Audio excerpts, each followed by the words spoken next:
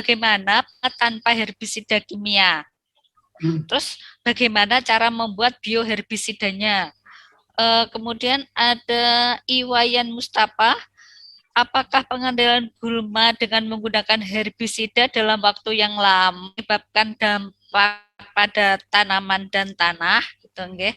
Terus Pak Nurfianto bertanya lagi, kalau tadi ke Dr. Dedi, sekarang ke Prof. Wagiman, bagaimana cara mengatasi gulma yang resisten terhadap herbisida? Kemudian bagaimana cara tanaman yang mengalami cekaman akibat herbisida? Bagaimana aplikasi herbisida yang benar? Kemudian ini ada lagi pertanyaan, apakah sudah ada bioherbisida yang menggunakan berbagai jenis jamur dan bakteri, dan bagaimana aplikasinya? Yang terakhir, ini ada pertanyaan dari R. Endo Setiadi. Apakah mungkin ada inovasi membuat pengendali gulma menggunakan bahan? Ini pertanyaannya sama ya Pak, bagaimana menggunakan bioherbisida gitu. Sama mungkin pertanyaannya dengan Pak Tukijan Naswa tadi. Nggih. Monggo Pak. Iya. Pertanyaannya ditanggapi. Mungkin yang herbisida Pak Dedi lebih kompeten ya.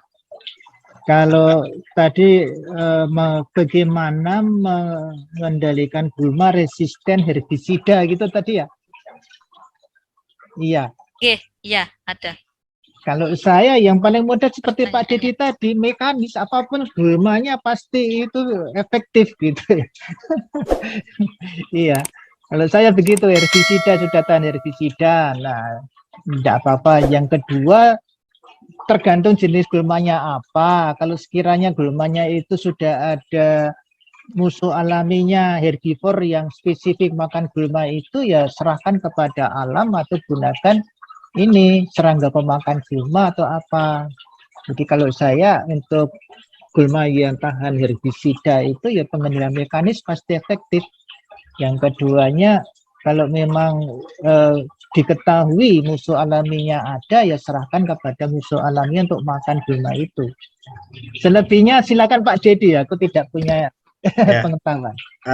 Mengenai pertanyaan saya agak banyak, tadi kurang menyimak. Tapi yang pertamanya pertanyaan mengenai resisten ya.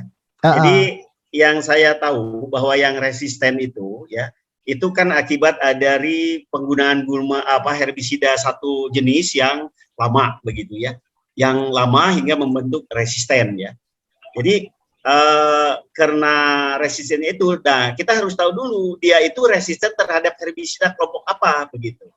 Nah, jadi kalau sudah tahu, maka jadi kita jangan menggunakan kelompok itu lagi jenisnya, bahan aktifnya gitu. Dan biasanya resisten itu ya bisa juga resisten berbagai ini, kalau misalnya sudah sering sekali menggunakan herbisida itu bisa resisten. Jadi kita harus tahu dulu resistennya, resisten dari kelompok apa. Nah, salah satu untuk mengendalikan gulma resisten adalah dengan herbisida campuran ya. Sekarang kan banyak herbisida makanya sekarang itu banyak herbisida itu bahan aktifnya campuran ya. Nah, itu adalah salah satu upaya untuk mengendalikan gulma-gulma yang resisten.